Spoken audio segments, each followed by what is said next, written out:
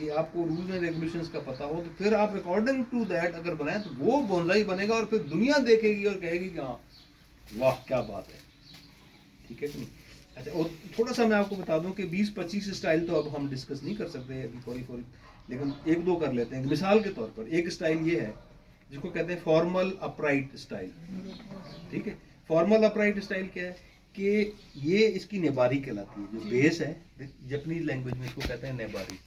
नेबारी और जो इसका टॉप है उसको एपेक्स कहते हैं। जो टॉप बिल्कुल यूं, कोई भी जो बोनसाई है वो, जो कोई भी दरख्त है नेचर में, वो यहाँ से यूं हॉरिजॉन्टल होता है, उसके बाद वो ट्राइंगल बनाने की कोशिश करता है। वो किसी भी एंगल पे हो सकता है, वो सीधा यूं यूं भी हो सकता है, वो यूं भी हो सकता है, वो यूं भी होके यूं दूसरा ट्राइंगल बन सकता है। ट्राइंगल बना नेचुरली कोई भी दरख्त देखें तो एक ट्राइंगल बनाएगा जब पुराना कदीम हो चुका होगा तो। लेकिन फॉर्मल अपराइट स्टाइल में ये होता है कि ये बिल्कुल तना इसका स्ट्रेट जाएगा और इसकी ये जो नेबारी और एपेक्स ये बिल्कुल एक लाइन में होंगे, वर्टिकल लाइन में होंगे, और ये तना बिल्कुल स्ट्रेट जाएगा, तो वो कहलाएगा फॉर्मल अपराइट स्टाइल।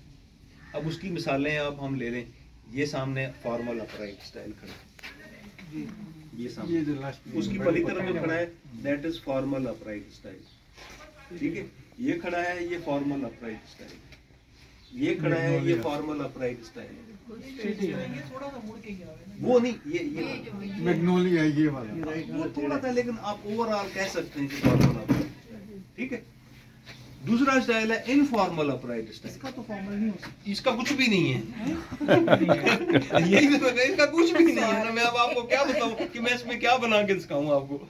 मैं इसलिए कह रहा हूं कि वो अब पहले आप ये सीखें कि ये स्टाइल सीखें तो फिर आगे हम चलेंगे। ये बनेगा इंशाल्लाह, ये नहीं कि नहीं बनेगा, बनेगा। ये बोनसाई बहुत अच्छा बना के देंगे आपको।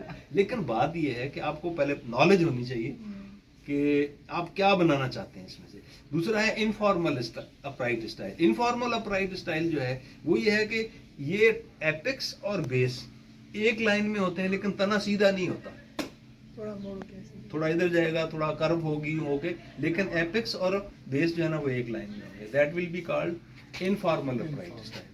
और नेचर में मोर देन 90% दरख्त जो है वो इनफॉर्मल अपराइट स्टाइल। एक तो वो है सामने हमारे, और बोनसाइज भी मैक्सिमम बोनसाइज जो हैं वो इनफॉर्मल अपराइट स्टाइल में बनाए जाते हैं।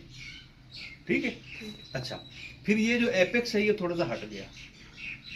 ठीक है, ये इसकी बेस या नेबारी यहाँ पर है, एपेक्स इसका हट गया, तो ये क्या कहलाएगा? Slanting style. ठीक है, फॉर्मल, इनफॉर्मल, स्लैंटिंग। स्लैंटिंग हो गया। इसी तरह से और भी बहुत सारे स्टाइल हैं, वो फिर हम करते रहेंगे। 3 आ जाते हैं। ठीक है, टू मच हो जाएगा। अच्छा, एक स्टाइल है semi cascade style. Semi cascade style मैं वो इसलिए बता रहा हूँ कि ये सेमी कैस्केड बन सकता है और बहुत अच्छा बन सकता है। Semi cascade and cascade. अगर सेमी कैस्केड ये है कि उसका जो मैक्सिमम हिस्सा जो है ना, कोई एक पार्ट एक डायरेक्शन में यूं हॉरिजॉन्टल चला जाए और इस गमले की बेस से ऊपर रहे। इसकी जो बेस है, ये जो भी डायरेक्शन जिस डायरेक्शन में जाता है उसकी जो नीचे वाला हिस्सा है इस गमले से ऊपर होगा। बेसिकली इसको अगर किसी फ्लैट उसमें लगाए ना हम, है ना, ये तभी नहीं, वो बात की बात है। पॉट और ये सारी चीजें बात जो मैं आपको बता रहा हूँ, आप सिर्फ उसी पे कंसंट्रेट करें कि अगर कोई ऐसा प्लांट हो कि एक डायरेक्शन में वो जा रहा है, बाकी इस तरफ है सारा कुछ, लेकिन उसका एक पोर्शन जो है वो किसी एक डायरेक्शन में ज़्यादा लेंथ गेन कर रही है, लेकिन वो लेंथ इस गमले के या ये जो बेस है इससे ऊपर है और वो बिल्कुल हॉरिजॉन्टल गई हुई है, that will be called semi cascade style. ठीक है, और अगर इस गमले की बॉटम से भी नीचे चला जाए that will be called cascade style. ठीक है, बस ये 4-5 तो आज याद रखें। तो अब ये जो है ये कैस्केड और सेमी कैस्केड बहुत अच्छे बनते हैं। ये वाली जो मतलब फॉर्म है, विंड स्वेप्ट भी इधर कंसीडर हो सकता है। विंड स्वेप्ट, लेकिन विंड स्वेप्ट तो इतने थिक पत्तों में नहीं आ सकता ना। विंड स्वेप्ट तो बहुत बारीक पत्ते हों, बड़ा नफीस, लेकिन मैं शेप वाइज बात, और विंड स्वेप्ट इतना पॉपुलर भी नहीं है। अच्छा, दूसरी बात जो इसमें जो मतलब मुझे जो डिफेक्ट्स जो है ना, सबसे पहले तो इसके डिफेक्ट्स रिमूव करने की जरूरत है। अब मिसाल के तौर पर नेचर में एक टहना दूसरे टहने को टच नहीं करता। नेचर में किसी भी दरख्त का, यानी कदीम पुराने दरख्तों की बात करते हैं, अगर वो टच शुरू में तो शायद करते होंगे, लेकिन बिल आखिर वो उन दोनों में से एक टहना सूख जाएगा और दरख्त जो है ना वो ये टहना टच करने वाला जो है ना ये रूल है ही नहीं नेचर में। कोई टहना टहने को टच नहीं करता। अगर वो कर भी रहा होगा, आप कई दरख्त ऐसे नजर आ जाते हैं जहाँ टहना टहने को टच कर रहा होता है, लेकिन बिल आखिर वो उन दोनों में से कोई एक टहना सूख जाता है और दूसरा वो एक ही रहता है, वो दूसरा खत्म हो जाता है। इस तरह पत्ता पत्ते को टच नहीं करता। नीचे से नेबारी से ट्रंक मोटा होता है, फिर वो एक टेपर बनती चली जाती है ऐसी। वो टेपर का रूल उसमें रखना बहुत ज़रूरी है किसी भी ट्रंक में। फिर जो उसकी ब्रांचेज हैं, ऐसा नहीं हो सकता कि टॉप पे मोटी हो और नीचे से पतली ब्रांच हो, ये पॉसिबल नहीं है क्योंकि नेचर में इस तरह से नहीं है।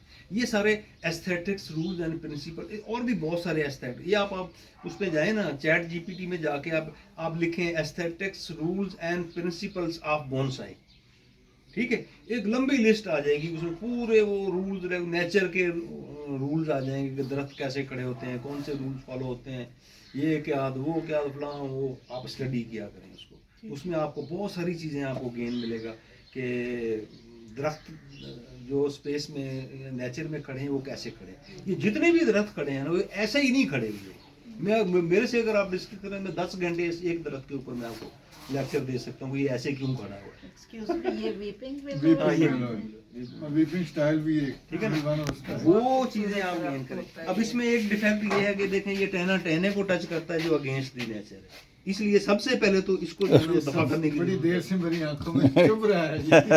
है। सबसे पहले तो इससे जान छुड़ाने की बहुत जरूरत है, फौरन इसको जाने दें। नहीं, कोई बात नहीं, अच्छी बात है। ठीक हो गया। इतना चुप रहा था। बहुत चुप रहा था वो, क्योंकि बनाते हैं बहुत सारे। The first thing I wanted to do with this plant was to chop off Clip the it। इसकी बेस को थोड़ा सा साफ कर लेते हैं। और मैं खुद ये करना नहीं चाहती कि अच्छा बैन, इसमें आप सबसे पहले तो you decide about the style, पौधे को देखते हुए, फिर उसका एक फेस होता है, एक रियर होता है, आप वो डिसाइड करते हैं। चलें वो बाद पे किसी और टाइम पे रख लें, फिलहाल तो इसको ग्रो कराएं ना, सही। एक अच्छी ग्रोथ लें इससे। अब अच्छा ये बात होगी। दूसरी बात है कि इसको मेरा मशवरा अगर आप माने तो फिलहाल इसको आप प्रूनिंग करके छोड़ दें, इसको थोड़ा बड़े पॉट में लगाएं, इसको बड़ा होने दें, इसका ये मोटा होने दें। जब ये थोड़ा बड़ा हो जाएगा, बहुत सारी पत्तियां और टहनियां निकालेगा, फिर सोचेंगे कि इसको क्या करना। अभी इस स्टेज पे ये डिसाइड कर लेना कि इसको ये बनाएं तो वो बनाएं, तो मेरा नहीं ख्याल कि कोई मजेदार चीज हम बना ग्रो करने। क्या ख्याल है सर? कोई अगर आप कोई अपराइट स्टाइल अगर जेहन में आता है, सिंपल कैनोपी, इसका तो वो तो ज्यादा इजी है। कैस्केड हाँ, कैस्केड लड़ाई है। करके खड़ा कर लेंगे और क्या उसमें क्या ब्यूटी हम क्रिएट कर, मतलब हम क्या कैस्केड क्रिएशन बन कर सकता सकते है। हैं। कैस्केड में जा सकता For है, example। सेमी कैस्केड में, लेकिन थोड़ा इसको ग्रो कर ले। देखे ना, मतलब हम फर्ज करो इसको, मैं इसको घुमा के टहनी बांध के इसको तारें लगा के इसको मैं यूं कर देता हूं, फर्ज करो नहीं, ऊपर ये जाके यूं कर तो देते हैं। ये नहीं मजा ये आता। ट्विन ट्रंक बन सकता है बहुत अच्छा, लेकिन काफी बेहतर शेप ये आ गई है यूं अगर हम बनाए ना, ये इस तरीके से देखें, ये बनता तो बस है, आपके जेहन में फ्यूचर अगर हो ना कि ये देखें ना ऐसे what I बनता want तो to see out है, of it। लेकिन ये कि है ये आप देखें अब इसमें एक शेप आती तो है थोड़ा सा है ना, आती है ना, जी सर। यूं भी बन सकता है। लेकिन प्रॉब्लम ये है कि इसने इन लेकिन फ्यूचर क्या इसकी करना है, habit जो है ना, ये इसका बिहेवियर है कि लटकना, बिहेवियर लटकने वाला है। ठीक है ना। इस तरह ये से ये बना यूं नहीं अगर करता। बना देंगे यहाँ तक तो ये ठीक खड़ा रहेगा। जो इसकी टहनियां निकलेंगी वो कभी भी हॉरिजॉन्टल नहीं होंगी, वो वर्टिकल नहीं होंगी, वो नीचे की तरफ लटकेंगी और ये गंद क्रिएट करेगा, ये बोनसाई नहीं अगर इसको बनेगा। रखे ही बहुत छोटा साइज है, बोन छोटा इसकी रखें, cutting कर इसके कर- ट्रंक को थिक होने देना। भाई के छोटा पास रखें, इतना वो मोटा एक दिन जैसे ये वो लाए है थे, ना, इतना ट्रंक मोटा, वाला। इतना मोटा उसका नीचे से था, वो 90% तो हमने काट दिया था उसको। अब तो माशाल्लाह वो काफी बेहतर ग्रो कर गया होगा, लेकिन अब वो जो उसमें से निकलेगा और बनेगा और बड़ा ही जबरदस्त बनेगा। मतलब ये बड़े से बड़ा बस इतना होना चाहिए, इससे बड़ा नहीं होना चाहिए। लेकिन अभी इसका ट्रंक थिकनेस नहीं है, मतलब इतनी मजेदार बात। अभी इसकी मिट्टी दूसरी एक और मसला ये है इसमें कि देखें इसकी ये ट्विन ट्रंक है ना, ट्विन ट्रंक में कैस्केड बन तो सकता है, खैर